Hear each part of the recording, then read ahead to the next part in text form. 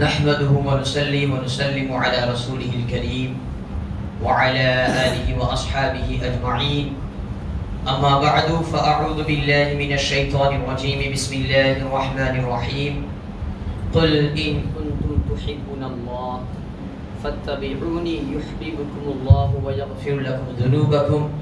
وقال النبي صلى الله تعالى عليه وسلم: لا يؤمن أحدكم حتى أكون أحب إليه من والده وولده والناس أجمعين. صدق الله العظيم. إن الله وملائكته يصلون على النبي يا أيها الذين آمنوا صلوا عليه وسلموا تسليما. اللهم صل على سيدنا مولانا محمد طب القلوب ودوائها وعافية الأبدان وشفائها ونور الأبصار وضيائها وآله وأصحابه دائما أبدا.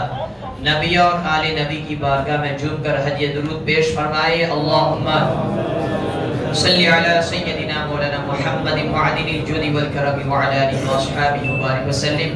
بارگاہ رسالت و آل رسالت میں اور ایک بار جھک کر ہدیہ درود پیش فرمائے. صلی اللہ علیہ وسلم صلاۃ و سلام علیک یا رسول اللہ صلی اللہ تعالی علیہ وسلم. سفر المظفر کا مہینہ اختتام پذیر ہے اور اس کے بعد جو مہینہ آتا ہے اس مہینے کو ہم ربیع الاول، ربیع النور شریف بھی کہتے ہیں، اس لیے کہ اس مہینے کو ہمارے نبی سے نسبت ہے اور اس مہینے میں حضور کی جو ولادت ہے، لہذا سنی عقیدت مند عاشق رسول ربیع النور شریف میں ایسا اہتمام کرتا ہے، میلاد کی مجلسوں کو سجاتا ہے، حضور کے نام پر اپنی مسجدوں کو، اپنے گھروں کو آراستہ کرتا ہے، یعنی جہاں تک ہو سکتا ہے اپنی عقیدت و محبت کے اظہار کی انتہا کو وہ پہنچتا ہے اپنے مال کے ذریعے ہر اعتبار سے. اور وہ کیوں؟ اس لیے کہ محبت رسول یہی روح ایمان ہے. اگر آپ قرآن کو پوچھیں گے، اے قرآن بار بار ایمان کا تذکرہ ہو رہا ہے، آخر یہ ایمان کیا ہے؟ تو قرآن بھی آپ کو بتائے گا نبی کی محبت کا نام ہی ایمان ہے. بلکہ قرآن کیا کہتا ہے؟ امام اہل سنت کہتے ہیں اللہ کی سر تا بقدم شان ہے یہ، انسان نہیں انسان وہ انسان ہے یہ. اللہ کی سر تا بقدم شان ہے یہ، انسان نہیں انسان یعنی ان کے جیسا کوئی انسان ہے، انسان نہیں انسان وہ انسان ہے یہ. قرآن تو ایمان بتاتا ہے انہیں، ایمان یہ کہتا ہے میری جان ہے یہ، ایمان یہ کہتا ہے میری جان ہے یہ. تو محبت رسول یہی روح ایمان ہے. اور امام اہل سنت سرکار شیخ الاسلام والمسلمین علامہ مدنی میاں صاحب کہتے ہیں حضور کی بارگاہ میں آپ عرض گزار ہوتے ہیں، وہ میری جان بھی، جان کی جان بھی، میرا ایمان بھی، روح ایمان بھی. وہ میری جان بھی، جان کی جان بھی، میرا ایمان بھی، روح ایمان بھی، محبت وحی آیات قرآن بھی، اور قرآن بھی، نور قرآن بھی. ہمارا دین، ہمارا ایمان، ہمارا عقیدہ قرآن ہے، روح قرآن، نور قرآن، آیت قرآن، سب کچھ ہمارے لیے ذات رسول صلی اللہ تعالی علیہ وسلم ہے. اور کیوں نہ ہو؟ اس لیے کہ آپ یہ ظلم و ستم کا بادل چھٹا ہوا اندھیرا جو چلا گیا ہے، یہ ساری چیزیں جو آپ دیکھ رہے ہیں وہ اسی نبی کے نور اور آپ کے قدم کی برکتوں کی وجہ سے ہے. اگر مصطفیٰ نہ ہوتے تو یہ چاند کی چاندنی نہ ہوتی، یہ سورج کی روشنی نہ ہوتی، یہ ستاروں کی چمک نہ ہوتی، یہ دریا کی روانگی نہ ہوتی، یہ آسمان کا سامیانہ اسی نبی کا صدقہ ہے، یہ زمین کا فرش اسی نبی کا صدقہ ہے، اگر سمندروں کو لہرانا نصیب ہوا ہے تو وہ میرے نبی کا صدقہ ہے، یہ چاند اپنی چاندنی نچھاور کر رہا ہے تو یہ میرے نبی کا صدقہ ہے، یہ ہواؤں کے جھونکے یہ میرے نبی کی وجہ سے ہے، یہاں تک کہ دنیا کی تاریکی کو دور کیا تو یہ میرے نبی کے قدموں کی برکت سے۔ اسی لیے تو شاعر مشرق علامہ اقبال کہتے ہیں بمصطفیٰ برسا خیش را، بمصطفیٰ برسا خیش را کہ دی ہم اوست، اپنے آپ کو مصطفیٰ کی بارگاہ میں پہنچا، تعلق بالمصطفیٰ کو مضبوط کر، اس لیے کہ وَمُصْطَفَى بِرَشَا خِیسْرَا دی ہماؤس، ہمارا مکمل دین ذات مصطفیٰ ہے، اگر بقو نہ رسیدی تمام بو لہبیس، اگر حضور نہ آتے تو سب کوئی ابو لہب ہوتا، کوئی ابو جہل ہوتا، اس لیے اپنے آپ کو مصطفیٰ کی بارگاہ میں پہنچا، جس نے اپنے آپ کو مصطفیٰ کی بارگاہ میں پہنچایا وہ خدا کی بارگاہ میں پہنچ گیا۔ جو مصطفیٰ کی بارگاہ میں مقبول ہوا خدا نے اس کو مقبول کر لیا، اور جس نے مصطفیٰ کی بارگاہ کی ٹھوکر کھائی اللہ تبارک و تعالیٰ نے کائنات میں کہیں پر اس کو جگہ نہیں دی، بلکہ ہم تو دیکھتے ہیں روایتوں میں آتا ہے جس نے مصطفیٰ کی بارگاہ کی گستاخی کی، ایک بار مصطفیٰ جان رحمت نے جس کو اپنی بارگاہ سے نکال دیا، جو راندے بارگاہ مصطفیٰ ہو گیا، شاہد ہے روایتوں میں آتا ہے نہ زمین اس کو جگہ دیتی ہے، مجھے واقعہ نگاری مقصود نہیں ہے، ایک صحابی جو پہلے صحابی تھے لیکن جب حضور کی بارگاہ میں توہین کرنے لگے، اللہ کے رسول صلی اللہ علیہ وسلم کی بارگاہ سے ایسے نکالے گئے، جب انتقال ہوتا ہے زمین میں دفنایا جاتا ہے، دفن کرنے کے بعد زمین اس کے جسم کو باہر پھینک دیتی ہے، بار بار جب دوسری بار دفنایا جاتا ہے 3-4 بار کرنے کے بعد جب بار بار زمین اس کو باہر پھینک دیتی ہے، زمین نے بتا دیا جس کو مصطفیٰ ٹھکرا دے میں بھی اس کو اپنے سینے میں جگہ نہیں دیتا۔ تو یہ مصطفیٰ بھی اپنے تعلق کو مصطفیٰ کے ساتھ مضبوط کر لو، اس لیے کہ علامہ اقبال کہتے ہیں محمد کی محبت دین حق کی شرط اول ہے، اسی میں ہے اگر خامی تو سب کچھ نامکمل ہے، محمد کی غلامی ہے سند آزاد ہونے کی، خدا کے دامن توحید میں آباد ہونے کی، محمد کی محبت دنیاوی رشتوں سے بالا ہے، یہ رشتہ دنیاوی قانون کے رشتوں سے اعلیٰ ہے، محمد ہے متاع عالم ایجاد سے پیارا، زن و فرزند سے ماں باپ سے اولاد سے پیارا۔ اور اسی کی ترجمانی، اس حدیث کی ترجمانی ہے اللہ کے رسول صلی اللہ علیہ وسلم فرماتے ہیں لا یؤمن احدکم حتی اکون احب الیہ من والدہ وولدہ والناس اجمعین۔ ایمان کیا ہے، معیار ایمان کیا ہے، سن لو، تم میں سے کوئی بھی اس وقت تک ہرگز مومن نہیں ہو سکتا جب تک مجھے حتی اکون احب الیہ من والدہ وولدہ، اپنے ماں باپ سے زیادہ، اپنی اولاد سے زیادہ، بلکہ تمام لوگوں سے زیادہ جب تک مجھ سے محبت نہیں کرے گا وہ مومن ہو ہی نہیں سکتا۔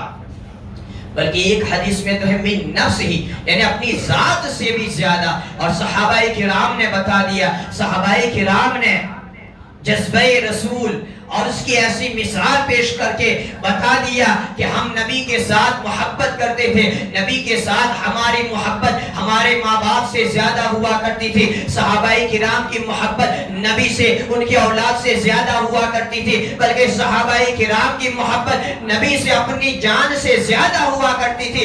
آپ کو ایسی روایتیں مل جائے گی، چاہے وہ الگ الگ صحابہ کرام کے واقعات ہو، چاہے وہ مجموعی طور کے واقعات ہو۔ حضرت انس کہتے ہیں کہ جب اللہ کے رسول صلی اللہ علیہ وسلم کو حضرت سفیان کی آمد کی خبر ملی، وہ حضرت سفیان حضرت امیر معاویہ کے والد جب ایمان نہیں لائے تھے، جب کافروں میں ان کا شمار ہو جاتا تھا، کافروں کے گروہ میں ہوتا تھا، اور ہمیشہ حضور کو اور اسلام کو تکلیف پہنچانے کی کاوشیں کیا کرتے تھے، جب آپ کی مدینے میں خبر آنے کی، جب حضور کو آپ کے تعلق سے خبر ملی، اللہ کے رسول صلی اللہ علیہ وسلم تشویش کے عالم میں تھے، حضرت ابو بکر صدیق نے کچھ کہنا چاہا لیکن اللہ کے رسول صلی اللہ علیہ وسلم نے کوئی توجہ نہیں دی، حضرت عمر نے کچھ کہنا چاہا لیکن حضور نے کوئی توجہ نہیں دی، تو اس کے بعد حضرت سعد بن عبادہ کھڑے ہوئے، چونکہ حضور کے چہرے مبارکہ کی شکل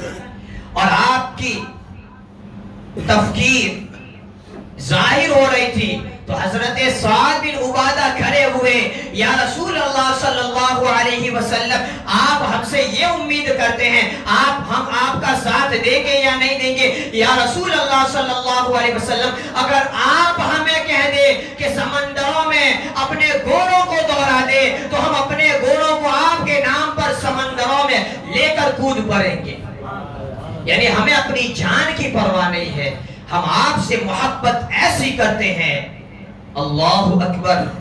اور یہ محبت کہاں لے جائے گی؟ یہ نسبت نہ نازا ہم عبادت پہ، جو نازا ہے تو نسبت پہ، نہ نازا ہم عبادت پہ، جو نازا ہے تو نسبت پہ، ملے ہم کو بھی محشر میں سہارا یا رسول اللہ۔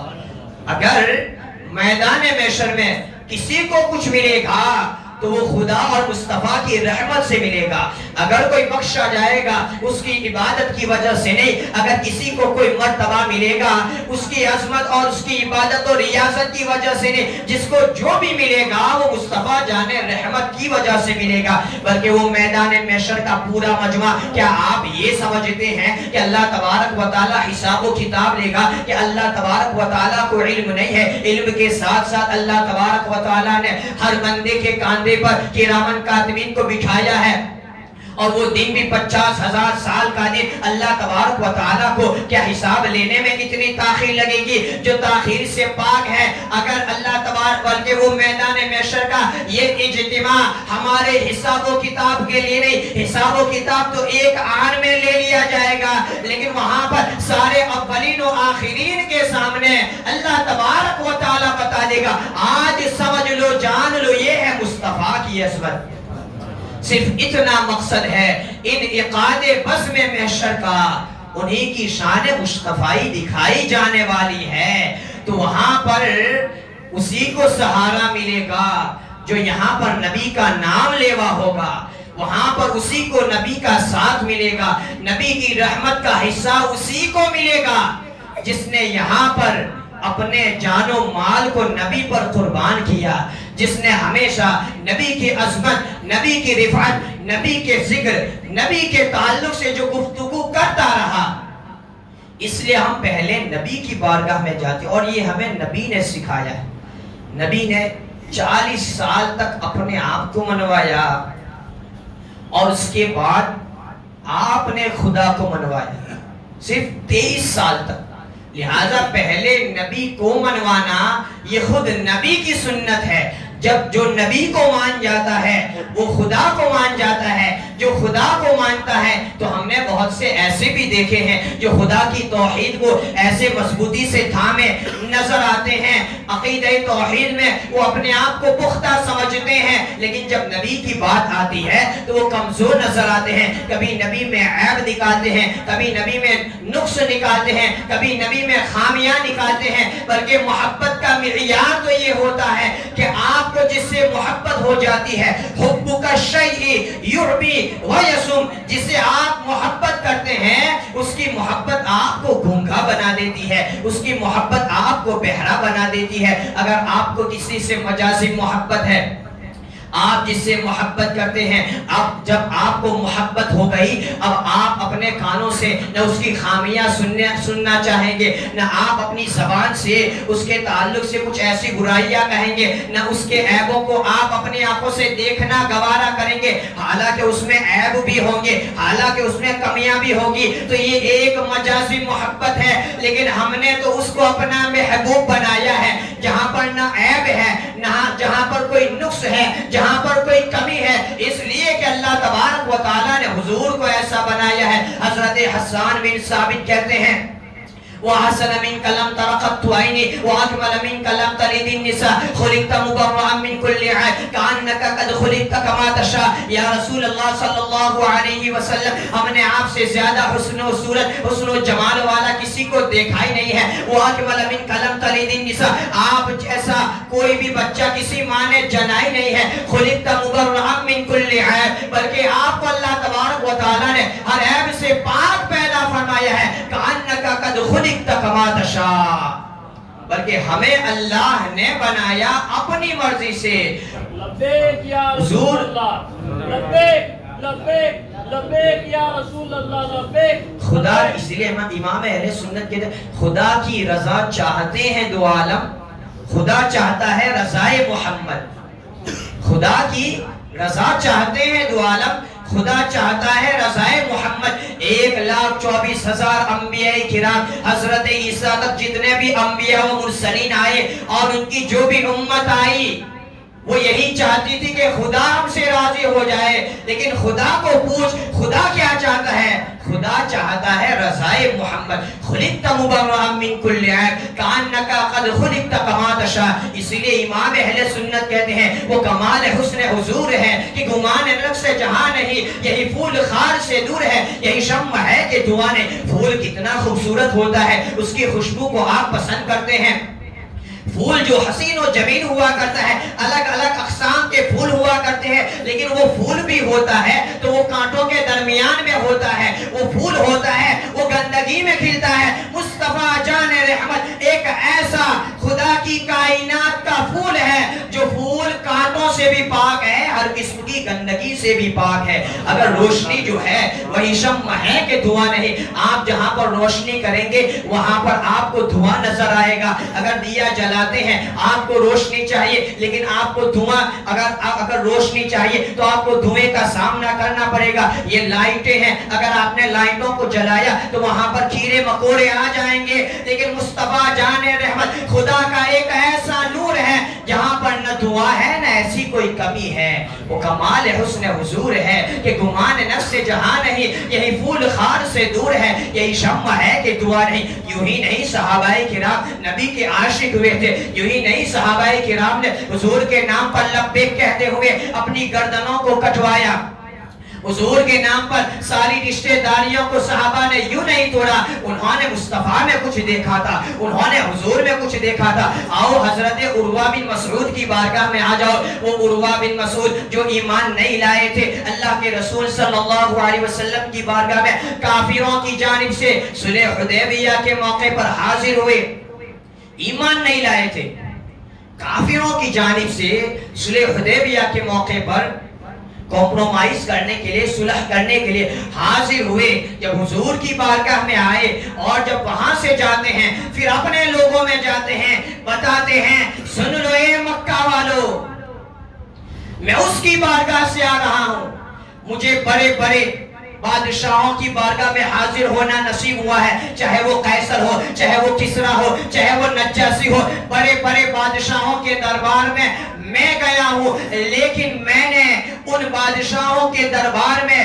ان کے ساتھیوں کو ایسا نہیں دیکھا جیسا میں نے محمد کے ساتھیوں کو دیکھا ہے، محمد کے صحابہ کو دیکھا ہے۔ جس طریقے سے محمد کے صحابہ ان کی عزت کرتے ہیں، ویسے کوئی بادشاہ کا کوئی بھی رعیت ان کا ساتھی اس کی تعظیم نہیں کرتا ہے۔ میں نے محمد کے دربار کو دیکھا ہے، جب میں گیا کہ محمد جب وہ تھوکتے ہیں ان کے منہ سے لعاب نکلتا ہے، ان کے دہن سے جو لعاب نکلتا ہے تو ایسے محبت کرنے والے تھے کہ وہ لعاب کو زمین پر گرنے نہیں دیتے تھے، اپنے ہاتھوں میں لے کر اپنے چہروں پر مل لیا کرتے تھے. میں نے محمد کے دربار کو دیکھا, ان کے صحابہ, ان کے ساتھی, جب محمد یہ وضو کرتے, وضو کا جو غسالہ پانی, بچا ہوا پانی, آپ کے جسم سے لگا ہوا پانی جب زمین پر گرنے لگتا, صحابہ عقیدت میں اس پانی کو گرنے نہیں دیتے, ہاتھوں ہاتھ اٹھا لیتے اور اس پانی کو لینے میں ان کی یہ حالت ہو جاتی تھی, ایسا لگتا ہے یہ ایک دوسرے کے ساتھ لڑ پڑیں گے. یعنی میں نے محمد کے دربار کو دیکھا ہے, جب یہ بولنے لگتے ہیں تو یہ اس طریقے سے اپنی نظروں کو جھکا کر سر خم تسلیم کرتے ہوئے اس طریقے سے ہو جاتے ہیں جیسے ان کے سروں پر پرندے بیٹھے ہیں. یہ اپنی نگاہوں کو اٹھا کر محمد کے سامنے نہیں دیکھتے ہیں. یہ ہے حضور کے ساتھ صحابہ کی محبت, محمد کی محبت. دین حق کی شرط اول ہے, اسی میں ہے اگر خامی تو سب کچھ نامکمل ہے. یہ ایسی عظیم بارگاہ ہے, یہ ایسا عظیم درگاہ, یہ ایسا عظیم دربار ہے کہ بمصطفیٰ برشا خیسرا دی ہماؤس گربعون رسیدی تمام بل حبیث. اور یہ دربار کیسا ہے؟ ادب گاہیست زیر آسماں از عرش نازک تر. ادب گاہیست زیر آسماں از عرش نازک تر, نفس گم کردہ می آیت جنید و بایجید بایزید اینجا. یہ ایسا دربار ہے اس روئے زمین پر آسمان کے نیچے جو عرش سے بھی زیادہ نازک ہے. یہ ایسا دربار ہے جس دربار میں اگر سانس لینے کی بات آتی ہے تو جنید و بایزید جیسی شخصیت بھی اپنے سانسوں کو روک لیتی ہے. یعنی سانس لینے میں کیا آواز ہوتی ہے, کیا حرکت ہوتی ہے, لیکن سانس لینے میں بھی ذرہ برابر کوئی ایسی توہین نہ ہو جائے. جنید و بایزید جیسی شخصیتیں اس دربار کا ایسا پاس و لحاظ کرتی ہے. اور یہ محبت آپ کو کہاں لے جائے گی؟ ابھی جو ٹاپک میں نے شروع کیا اور بات ختم ہو گئی, یہ محبت آپ کو کہاں لے جائے گی؟ حضرت ذوالخویسرہ یمانی ایک دیہات کے رہنے والے صحابی کے حضور کی بارگاہ میں آئے اور پوچھنے لگے, یا رسول اللہ صلی اللہ علیہ وسلم متی الساعہ, قیامت کب ہوگی؟ حضور نے پوچھا ما اعددت لہا, قیامت کے بارے میں پوچھ تو رہے ہو لیکن تم نے اس کے لیے کیا تیاریاں کی ہیں؟ تو صحابی کہتے ہیں ما اعددت لہا الا انی احب اللہ ورسولہ. یا رسول اللہ صلی اللہ علیہ وسلم, قیامت کے لیے کوئی خاص ایسی تیاریاں تو نہیں ہیں, البتہ میں اللہ اور اس کے رسول سے محبت کرتا ہوں. مشکات شریف کی یہ حدیث ہے اور پھر بخاری شریف کے جو جملے ہیں, حضور نے وہ صحابی کو یہ خوشخبری سنائی کہ تو نے قیامت کے لیے کچھ تیاریاں نہیں کی, تیرا دعویٰ یہ ہے کہ میں اللہ اور اس کے رسول سے محبت کرتا ہوں. جا انت مع من احببتا, قیامت میں تو اسی کے ساتھ رہے گا جس سے تو محبت کرے گا. اور پھر حدیث کے جملے آگے, صحابہ کرام نے حضور کی بارگاہ سے جب یہ بشارت سنی تو شاید اس سے زیادہ کسی اور موقع پر صحابہ خوش ہوئے ہو. حضرت انس کہتے ہیں کہ جب حضور نے کہا انت مع من احببتا, تو جس سے محبت کرتا ہے تیرا حشر بھی اسی کے ساتھ ہوگا, تو حضرت انس بن مالک اعلان کرتے ہیں, امام بخاری نے جن جملوں کو نقل کیا ہے, حضرت انس کہتے ہیں فانا احب اللہ فانا احب النبی صلی اللہ علیہ وسلم و ابا بکر و عمر, لہذا میں بھی حضور سے محبت کرتا ہوں, ابو بکر سے محبت کرتا ہوں, عمر سے محبت کرتا ہوں. حضرت انس کہتے ہیں اور یہ محبت مجھے کہاں لے جائے گی؟ وہ ارجو ان اکون معہم بحبی ایاہم, اور مجھے امید ہے کہ ان کے ساتھ محبت کرنا مجھے ان کے ساتھ ملا دے گا. وَأَرْجُو أَنْ أَكُونَ مَعَهُمْ بِحُبِّ إِيَّاهُمْ, ان کی محبت مجھے انہی کے ساتھ شامل کر دے گی. اور آگے کہتے ہیں وَإِن لَمْ أَعْمَلْ بِمِثْلِ أَعْمَالِهِمْ, حالانکہ میرے عمل ان کے جیسے نہیں ہیں. تو حضرت انس نے بتا دیا کہ محبت رسول آپ کو کہاں تک لے جائے گی. اسی لیے آؤ صدیق اکبر کی بارگاہ میں جب محبت رسول کی بات آتی ہے، غزوہ تبوک کے موقع پر سارا ساز و سامان کچھ بھی اپنے لیے نہیں چھوڑا، حضور کی بارگاہ میں حاضر کر دیا۔ جب حضور نے پوچھا اے ابا بکر ما ابقیت لہا، اپنے لیے ما ابقیت لأہلہا، اہل و عیال کے لیے کیا چھوڑا؟ حضرت ابو بکر صدیق کہتے ہیں ابقیت لہم اللہ و رسولہ، یا رسول اللہ میں نے ان کے لیے اللہ اور اس کے رسول کو چھوڑا ہے۔ یہی صدیق اکبر جب بات آتی ہے حضرت عبد الرحمن جو آپ کے شہزادے ہیں، ایمان نہیں لائے تھے، غزوہ بدر کے موقع پر ابو لہب کی جانب سے تھے، اتفاق یہ ہوا کہ عبد الرحمن باپ کے سامنے، بیٹے کے سامنے باپ ہے اور باپ کا پاس و لحاظ کرتے ہوئے عبد الرحمن یعنی حضرت ابو بکر صدیق کے شہزادے نے حضرت ابو بکر کو چھوڑ دیا۔ جب ایمان لے آئے، حضرت ابو بکر سے جب بات چیت کرنے لگے تو وہ واقعہ یاد دلایا کہ اے ابو بکر، اے والد بزرگوار، بدر کے موقع پر آپ کی تلوار، میری تلوار آپ کے گردن پر ہوتی، لیکن باپ سمجھ کر میں نے آپ کو چھوڑ دیا۔ حضرت ابو بکر کہتے ہیں تو نے مجھے باپ سمجھ کر چھوڑ دیا، لیکن اگر میں تیری جگہ پر ہوتا تو میں تجھے نہ چھوڑتا، اس لیے کہ نبی کی محبت ہر رشتے سے اعلیٰ ہے۔ حضرت عمر کی بارگاہ میں آؤ، حضرت عمر نے بدر کے موقع پر آپ کی حقیقی ماموں عاص بن ہشام بن عروہ جب آپ کے مقابلے میں وہ آتا ہے، آپ کی والدہ کا حقیقی بھائی، لیکن حضرت عمر نے اپنی تلوار سے حقیقی ماموں کو فنار کرتے ہوئے بتا دیا یہ دنیاوی ساری رشتہ داریاں بعد میں ہے، اگر ہمارا رشتہ ہے تو پہلا سب سے رشتہ ایمانی ہے جو حضور کے ساتھ ہے۔